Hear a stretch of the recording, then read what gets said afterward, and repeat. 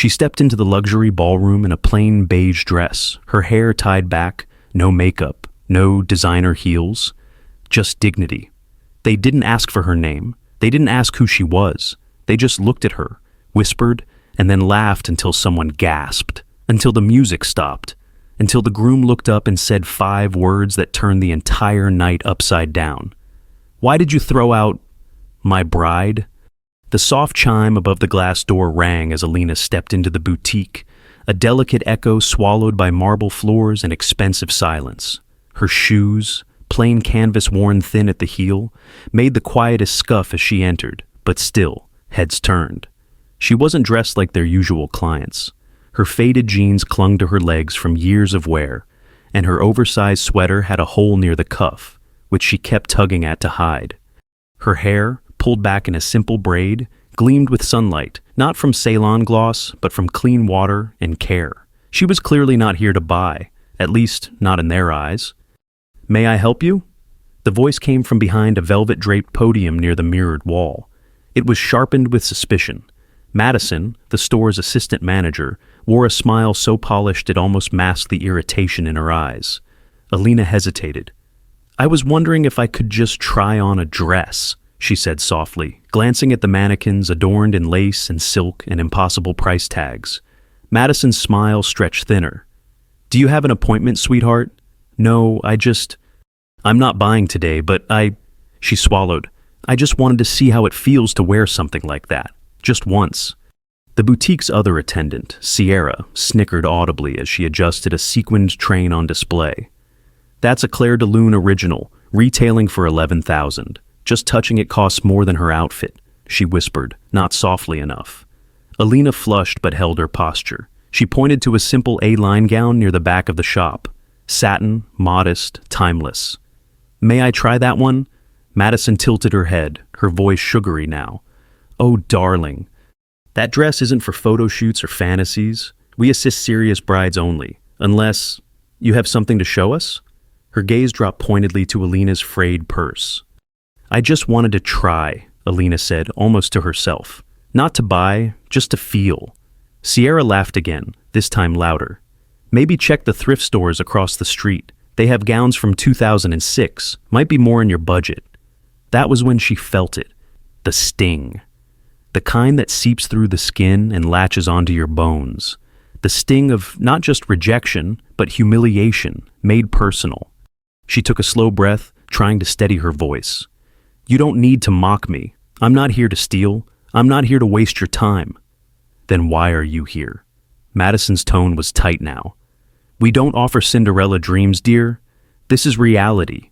And in reality, that dress doesn't belong to you." For a long moment, Alina just stood there, her hands clenched around her purse straps. She didn't cry. She didn't run.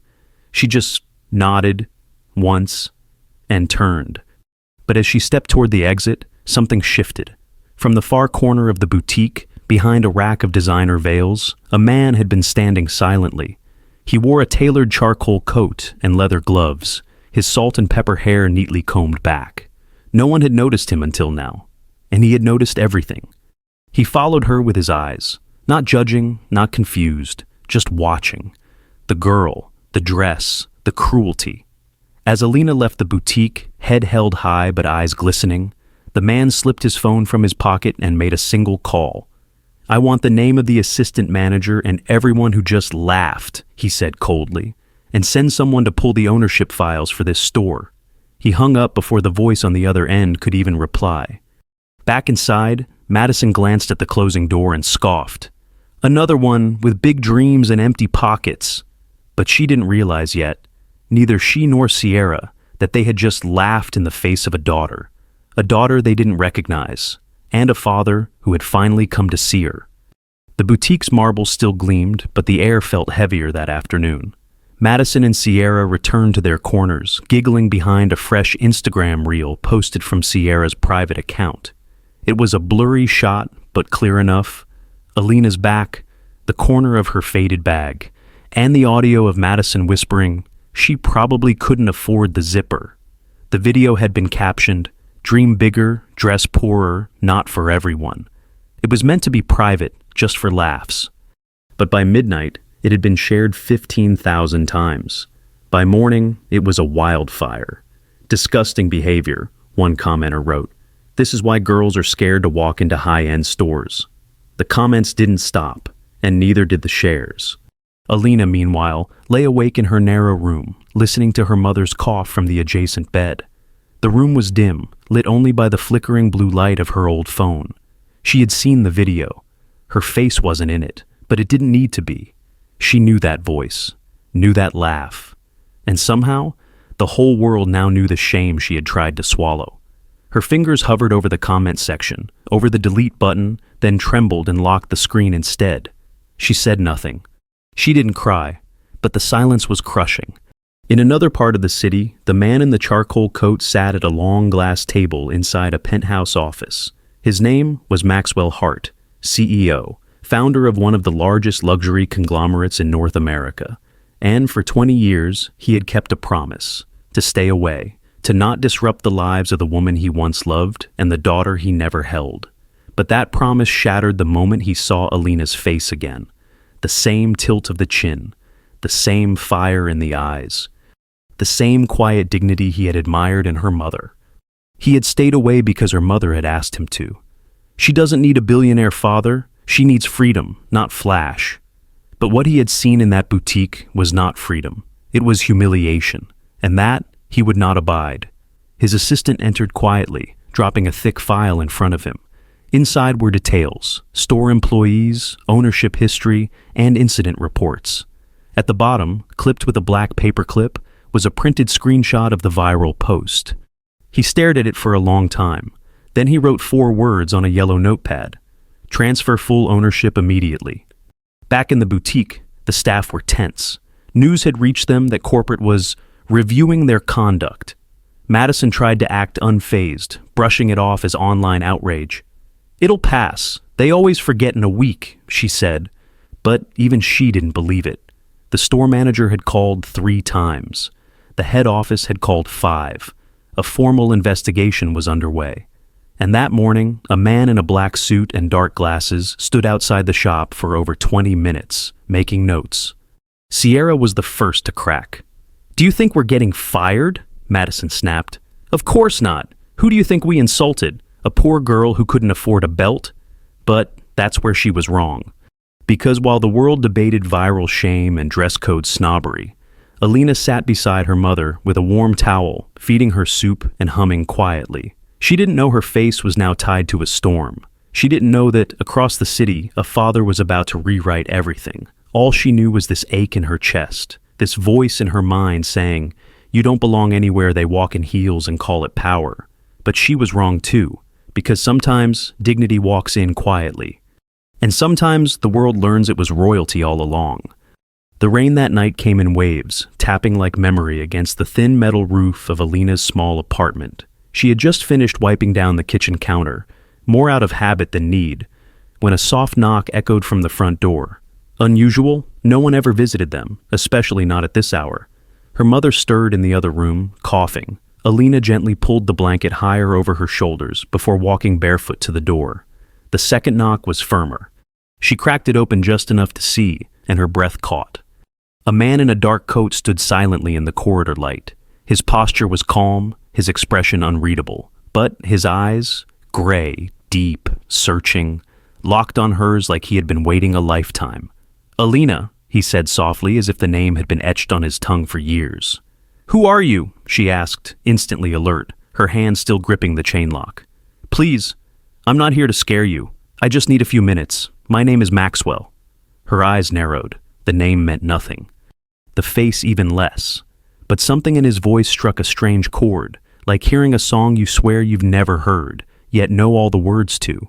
She didn't open the door, but she didn't close it either. "I saw what happened at the boutique," he said, his voice steady. "I was there. I saw them humiliate you." Her jaw tightened. "Did you come to apologize on their behalf?" "No," he replied. "I came because I should have come years ago." She stared at him, confused, uncertain. "I'm your father, Alina." The words dropped like glass, sharp, irrevocable, unreal. She blinked, lips parted, frozen in place. That's not possible. My father died when I was 2. He nodded slowly. That's what your mother told you, because I asked her to. She laughed, short and bitter. What kind of man asked to be erased from his child's life? One who thought it was the only way to keep her safe, he answered without flinching. Your mother, she didn't want you to grow up in the chaos that followed me. My company was under attack. My name was in every headline. There were threats. I agreed to disappear, for your sake. Alina leaned against the doorframe, eyes burning. And you stayed away even when we couldn't afford dinner, even when my mother worked 3 jobs and coughed blood into napkins. He looked away for the first time, shame evident on his face. I thought she'd call when things got bad. I didn't know she wouldn't. I didn't know she'd choose pride over help. Silence stretched between them. Why now? She asked finally, her voice thin. Because I saw your face, and I knew I couldn't pretend anymore.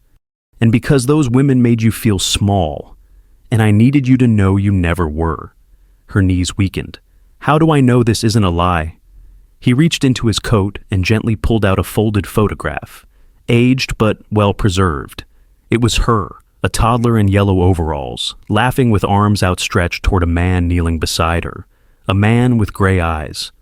Tears blurred her vision. She had that photo in her drawer, but the version she had was cropped. She had never known whose hand she had been reaching for.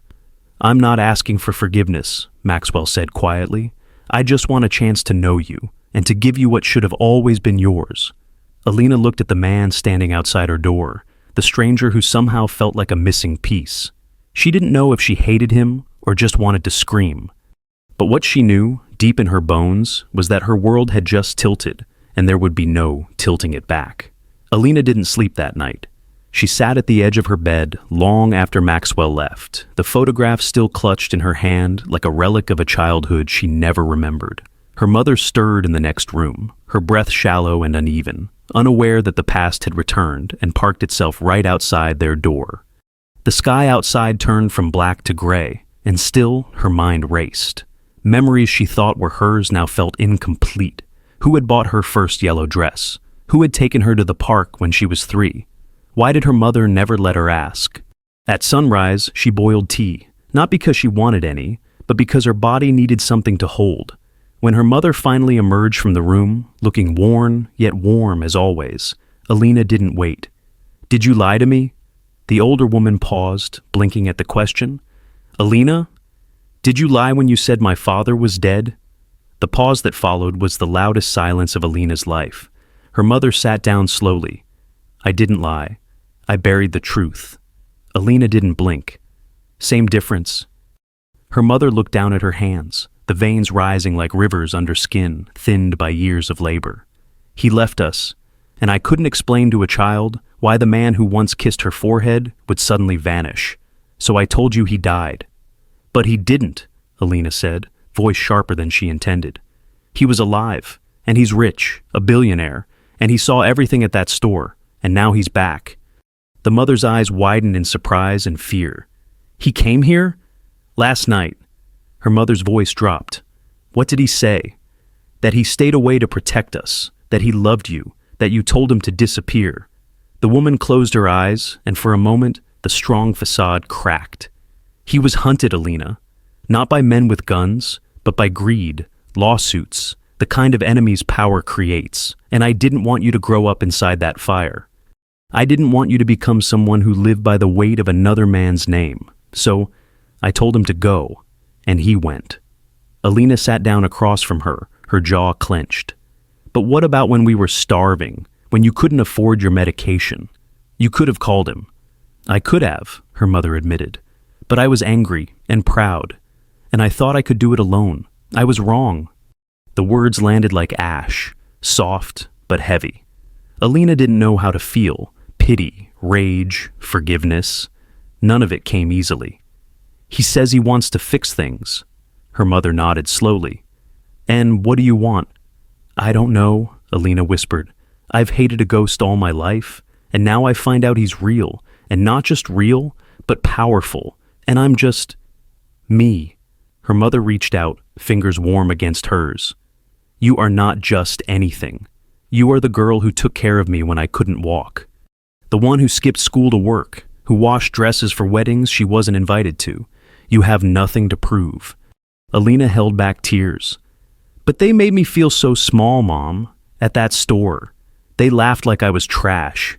Her mother nodded. And that's exactly why you need to walk back in there.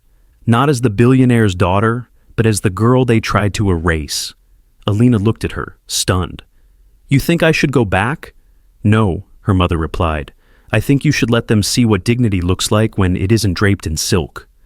And that morning, as the sun broke through the curtains, Alina knew the world wasn't going to be the same again. Because she wasn't the same girl anymore.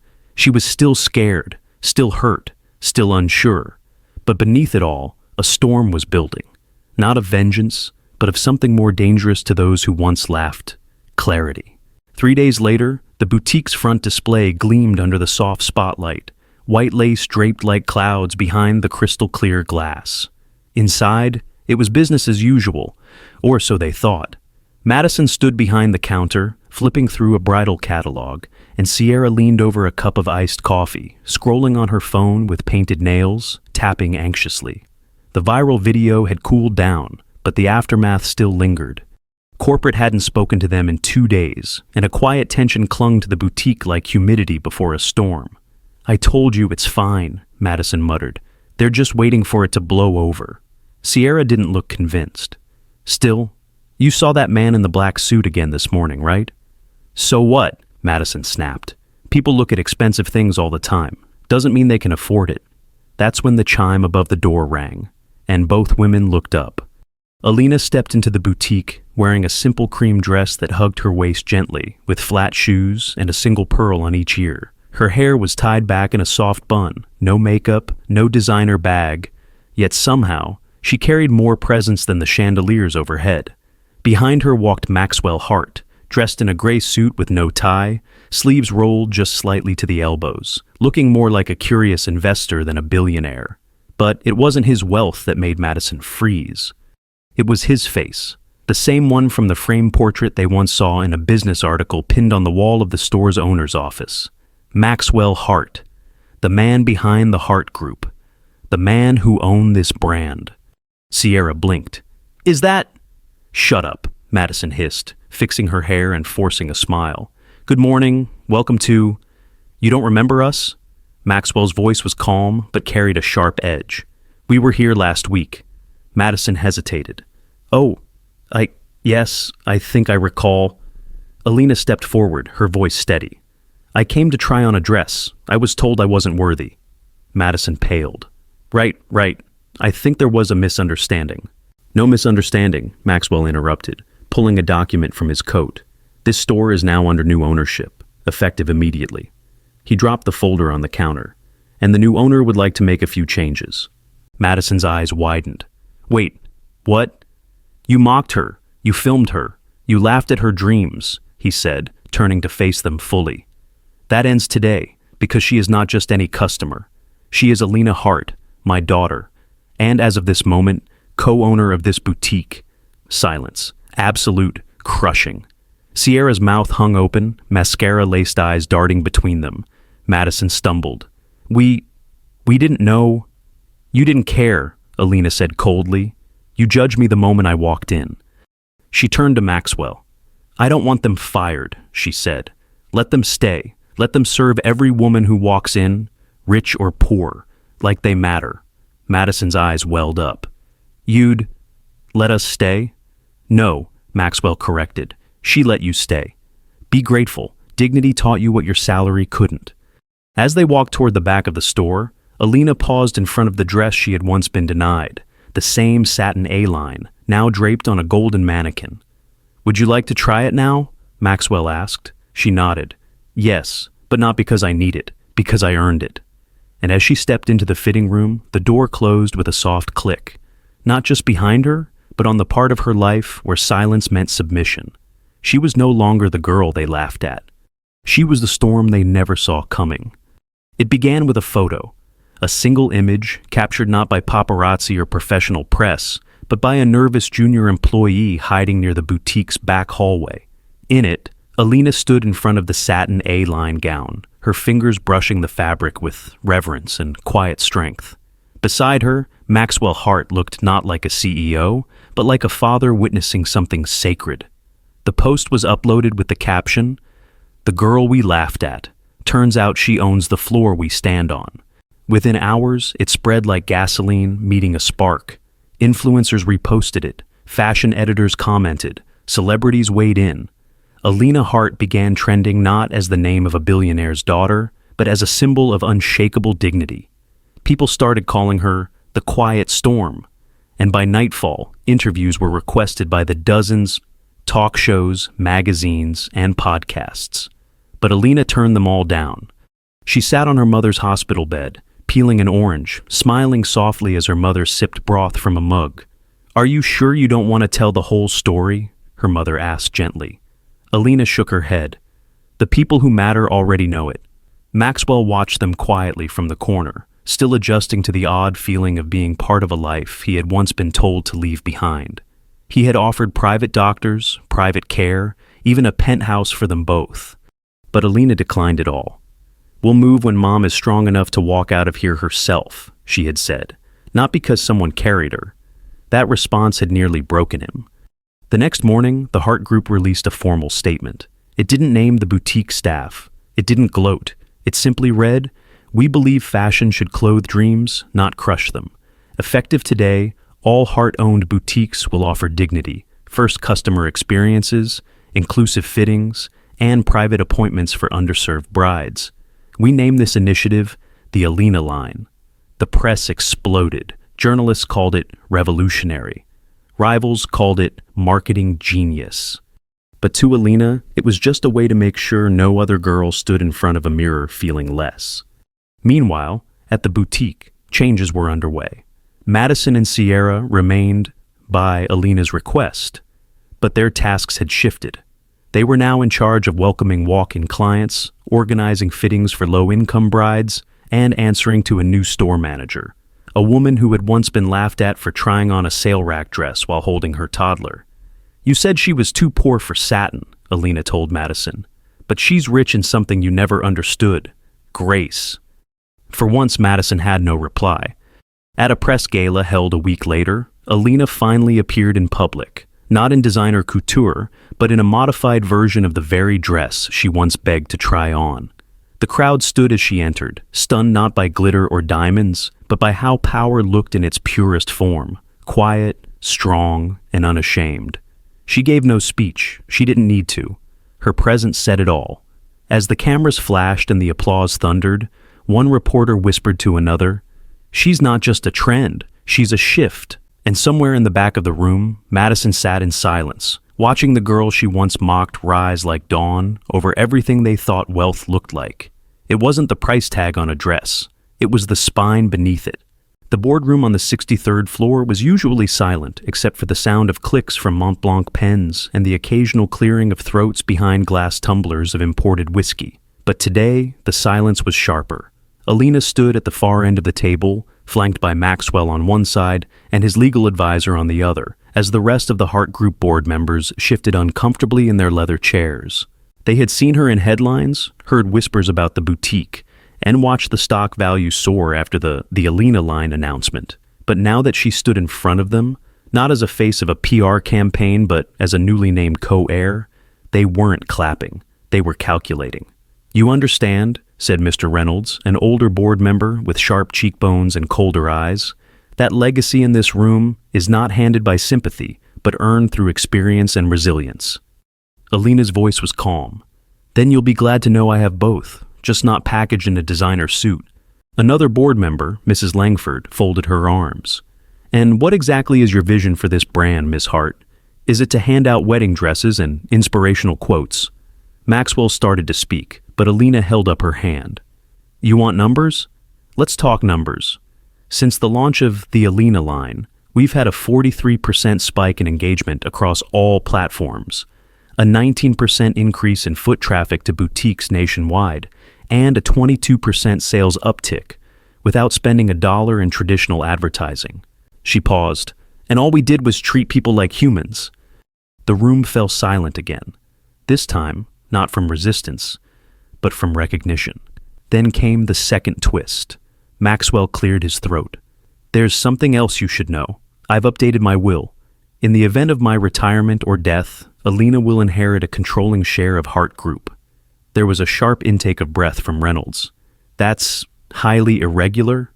So was your bonus last year, Maxwell replied coolly. Let's not pretend we follow tradition when it suits us.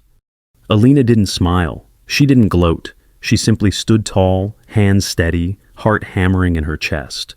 The air felt different now. No longer like a room she had been invited into, but one she had every right to redesign.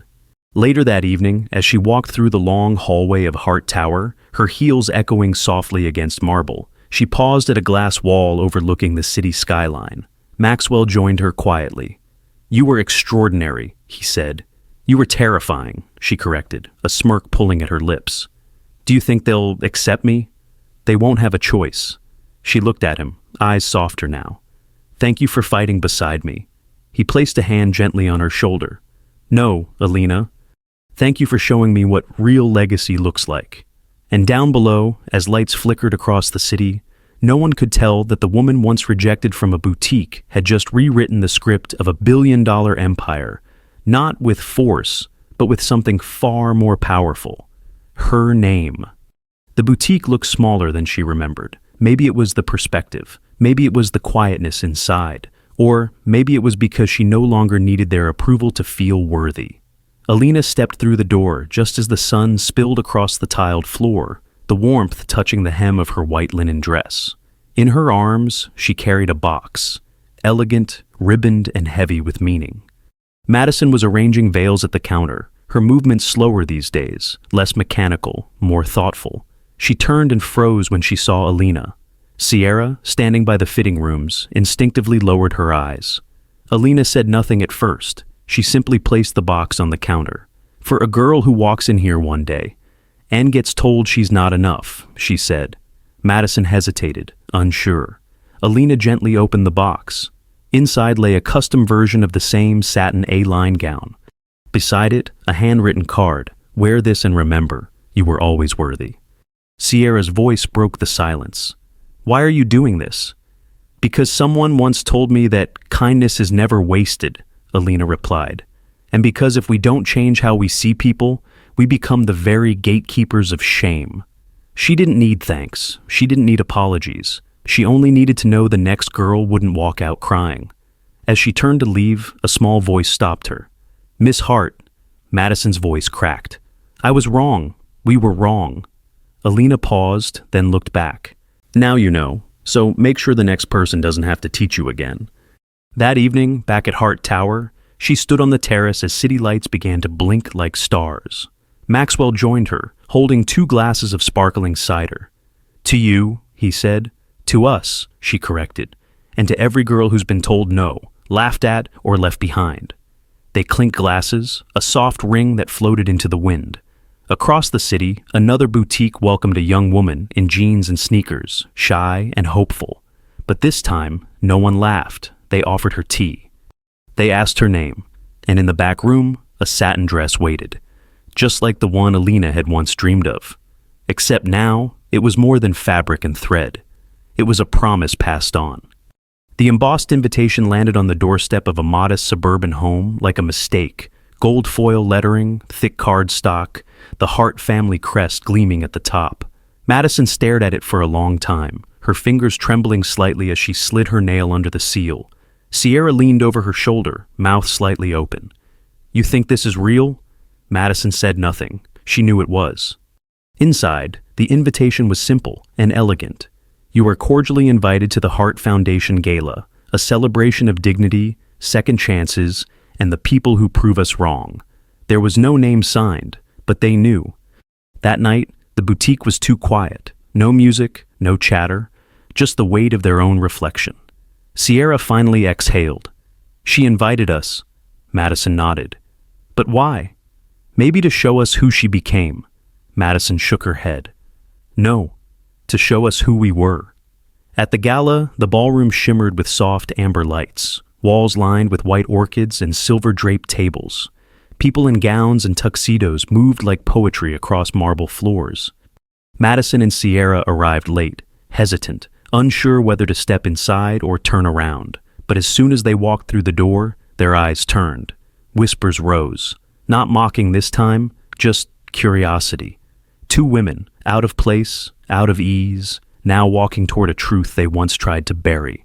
At the far end of the room stood Alina, radiant not in diamonds, but in conviction. Her gown was simple, her posture regal. Maxwell was beside her, proud and quiet. When she saw them, she didn't smile cruelly or turn away. She simply nodded once, acknowledging them without spite. Madison's voice cracked. "She looks untouchable." "No," Sierra whispered. "She looks healed." And when they finally reached her, unsure what to say, Alina broke the silence. "Thank you for coming." Madison's throat tightened. "You invited us?" "Yes. After everything?" "Especially after everything," Alina replied, "because the lesson wasn't just for me." Before they could respond, a young woman approached the trio, nervous, excited. "Miss Hart, I was one of the scholarship recipients from your bridal initiative. I just wanted to say thank you. You changed my life." Alina smiled warmly and touched the girl's shoulder. "You changed your own life. I just opened the door." As the girl walked away, Sierra looked down, her voice small. "We thought you were nobody." Alina's eyes never flinched. "And now you know better." Madison nodded slowly, swallowing the lump in her throat. "Yes, now we do." They didn't ask for a selfie. They didn't try to explain. They simply stood in the truth. And for the first time, they listened. The evening breeze drifted through the French windows of the Hart estate, carrying with it the scent of white roses and late summer jasmine. Every chair in the candlelit garden faced a small platform beneath an arch woven from lilies and olive branches. No cameras, no reporters, no glitz. Just intention. Maxwell stood quietly in the front row, wiping the corner of his eye with a linen handkerchief. Next to him sat women in dresses that didn't bear designer labels but carried stories of second chances. Recipients of the Alina line, former factory workers turned bridal consultants, the same single mother Alina had once gifted the gown to. There were whispers, soft laughter, and then silence. The music shifted. Alina stepped into view. She didn't wear a gown that cost 6 figures. Her dress was handmade by local seamstresses, fitted with pearl buttons down the back, sewn with quiet detail, and the kind of patience only love can afford. Her bouquet was made of wildflowers from the same field she used to walk past, on the way to her first job. And as she walked down the aisle, she didn't look at the crowd. She looked only at one man, Matthew, the man who had seen her for who she was before the world did. He stood waiting in a dark suit, eyes misted, a breath caught in his throat as she took each step closer. When she reached him, he whispered, "I'm the luckiest fool alive." And she replied, "You saw me when I didn't even see myself." The vows were not rehearsed. They were raw. Alina spoke of betrayal, of scars invisible to the eye, of laughter that once wounded, but more importantly, of the healing that came from those who stayed. Matthew spoke not of promises he couldn't keep, but of the ones he already had, to believe in her, to stand behind her when the crowd booed, and beside her when it cheered. When the final words were spoken and the rings exchanged, there was no dramatic music, just the sound of applause. Real, grateful, and earned. That night, as stars scattered across the sky like spilled diamonds, Alina stood barefoot in the grass, looking up. Maxwell joined her, holding a glass of wine. "You were always the bride the world needed," he said, "not just for today, but for what you represent." She smiled, tears drying on her cheeks. "Then, let's make sure more girls get to wear shoes like mine, even if they start with none." Somewhere in the city, a boutique door opened for a young girl in borrowed jeans. The staff greeted her with warmth. A portrait of Alina hung near the entrance, not as a reminder of power, but of perspective. In a world obsessed with appearances, one woman proved that true royalty is stitched from dignity, and sometimes the bride they try to throw out is the queen meant to rewrite the entire story. They once kicked her out of a store and mocked her for being too poor for satin. They once silenced her voice, measured her worth by fabric and fortune. But tonight, she walked down the aisle not in a $1,000,000 gown, but wrapped in quiet power. And when she said, "I do," the whole world listened. Not because she had money, but because she had proven that dignity never needs a price tag. And those who once laughed, they now stand in the shadows. watching the woman they dismissed rise, not with revenge, but with grace so loud it drowned them all.